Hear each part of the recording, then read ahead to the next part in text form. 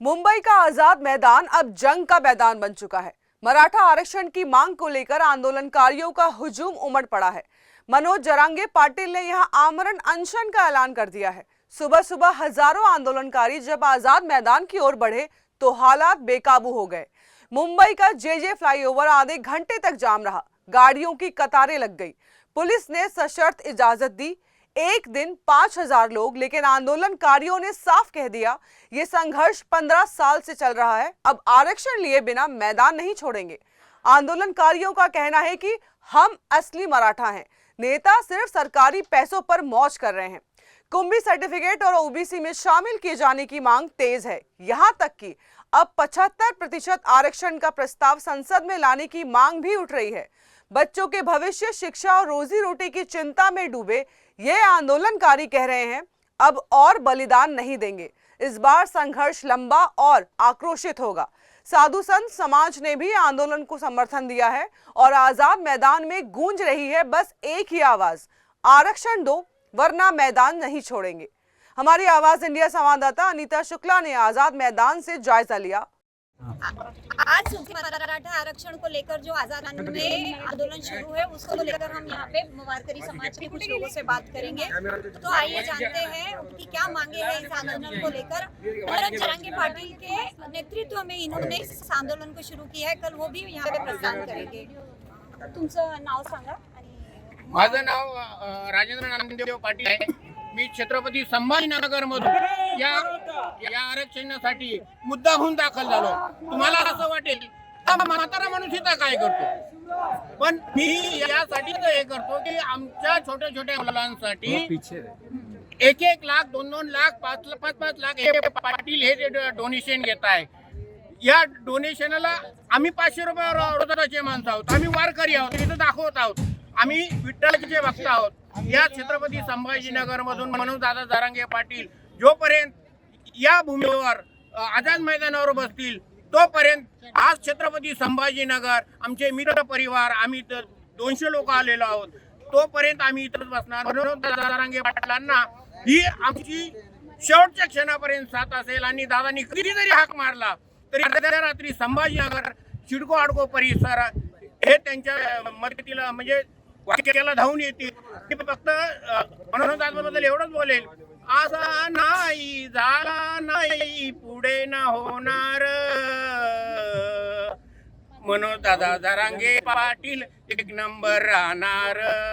मराठा योद्धा जरांगे पाटील 1 नंबर राहणार। मराठा मनोज दादा तुम आगे बढ़ो, मनोज दादा जरांगे पाटील तुम आगे बढ़ो, तुमचं आमचं नातं काय, तुमचं आमचं नातं काय। सर्वांना रामकृष्ण हरी। छत्रपती संभाजीनगर मधून आणि मुंबईला जरांगे पाटलाच्या चरणाशी आमची जागा असावी आणि मी देवेंद्र फडणवीस विखे पाटील यांना एकच सांगेल, अरे बाबा हो मराठ्यांचे फी भरण्यासाठी अहो आम्ही अक्षरशः 2-2, 5-5 लाख रुपये लागत आहे। आम्ही 500 रुपये रोजाचे माणसं काय करणार आहे।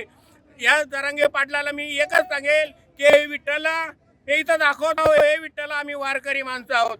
छत्रपति संभाजीनगर से वैजापुर से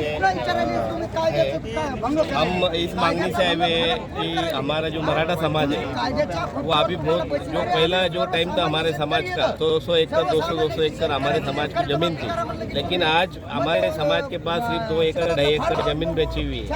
हम जरांगे पाटिल के आदेश से यहाँ आए हुए हैं। मैं एक मराठा हूँ। मेरी मौसी पश्चिम महाराष्ट्र में कुंभी सर्टिफिकेट है उनके पास, मेरे मौसी के पास, मेरे नानी के पास है, लेकिन मेरे पास नहीं है। तो हम सब एक ही है ना। हमारी नानी है, हमारी मौसी के पास सर्टिफिकेट है, लेकिन हम मराठवाड़े में रहते हैं इसलिए हमारे पास नहीं। लेकिन हमारा जात एक है, धर्म एक है, खून एक है, फिर भी जो इनको है वो हमको क्यों नहीं। जो पश्चिम महाराष्ट्र को दे रहे हैं और मराठवाड़े क्यों नहीं दे रहे। हमारे खुद के घर में 5 सर्टिफिकेट है लेकिन हमारे पास नहीं है। इसलिए हम सरकार को विनती करते हैं कि मराठा और कुंभी एक ही है। तो हमारा ये सरकार सरकार ने हमको इसलिए मदद करना और हमारी मांगनी जो है जरांगे पाटिल साहब की वो पूरी करना। तो आपसे जानना चाहेंगे कि क्या आप लोगों की एग्जैक्टली अभी क्या क्या मांगे हैं वो संघर्षाने उभे राहा। हमको ओबीसी में आरक्षण चाहिए। जरांगे पाटलाबद्दल एकच बोलेन। और क्या मांगे हैं सरकार से? सगे सोयरे में से हमको आरक्षण चाहिए। ठीक है, सरकार की तरफ से कुछ आप लोगों को कुछ मतलब आया है क्या? पुढे न होणार सिंधी समिति स्थापन की थी ना हमारे साथ सीएम के तब, वो सब सिंधी समिति की जो गैजेट है मराठवाड़ा हैदराबाद गैजेट वो सब लागू करने चाहिए और ओबीसी में रिजर्वेशन होना। जो मराठा की हित की बात करेगा वही देश में राज करेगा। आपकी हालत है इसी कोर्ट ने मना किया था, आजाद मैदान में आंदोलन की परमिशन कोर्ट ने नहीं दी थी, तो उसके लिए आप क्या कहना चाहेंगे? एक दिन की देगी ना देंगे तो बाद में देंगे। ये जो सरकार का षड्यंत्र था, कोर्ट न्याय देवता, हम न्याय देवता के साथ है। न्याय देवता ने कुछ हमारे लिए जो एक दिन का दिया है, अभी 1-2-4 घंटे में हमारे पूरे समाज के वकील पूरे हाईकोर्ट में जाने वाले हैं। इसलिए अभी जो एक दिन का जो ये था परमिशन, अभी वो 2-3 दिन में बदलने वाला है। आज दोपहर से जो कोर्ट है वो अलग अपने को डिसीजन मिलने वाला है। तो ये आंदोलन आप कहना चाह रहे हैं कि कल के अलावा भी आंदोलन लंबा चलेगा? पूरी नहीं होगी, आंदोलन चलेगा। जब तक ये आंदोलन चलते रहेगा, जरांगे पाटिल जो आदेश देंगे हम उनका मान्य करेंगे। वो एसी में बैठने वाला मराठा नहीं है। किसान गांव में खेड़े में रहने वाला मराठा वो है। वो एसी में रह के बात करने वाला मराठा नहीं है। वो रानी जी को पूरा मराठा समाज महाराष्ट्र में आके मराठवाड़ा में आके घूमना चाहिए। वहाँ नांदेड़ में बाढ़ आई, पूरे मराठों के खेत बिगड़ गए।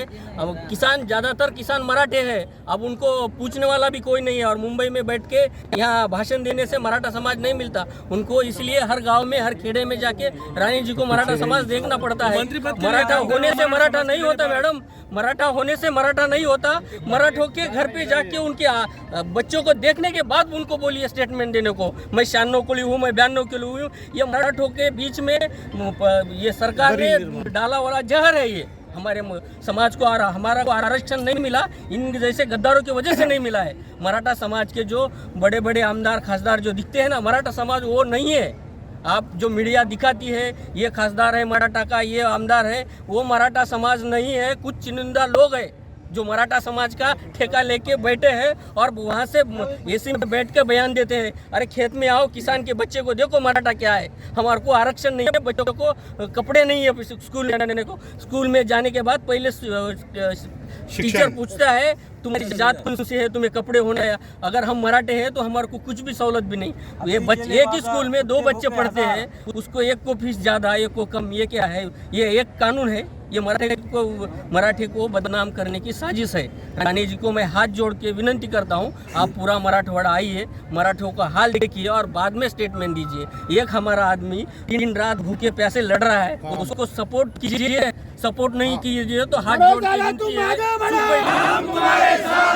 हम अपने आरक्षण लेके आजाद मैदान में इस समय गोविंद जी जो मराठा आरक्षण को लेकर काफी चीजें बता रहे हैं, तो हम उनसे जानना चाहेंगे कि आखिर मराठा आरक्षण को लेकर क्या दाव पेच है जो पूरे नहीं हो रहे।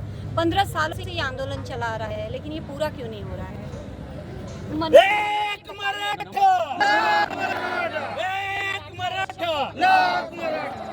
क्यों पूरा नहीं हो रहा है? मैडम, मराठा ऑलरेडी डॉक्टर बाबा साहब अम्बेडकर ने मराठाओं को आरक्षण दिया है, मराठा को रिजर्वेशन दिया है, लेकिन जो हमारे आरक्षण जो हमारे लोगों को नहीं मिला है।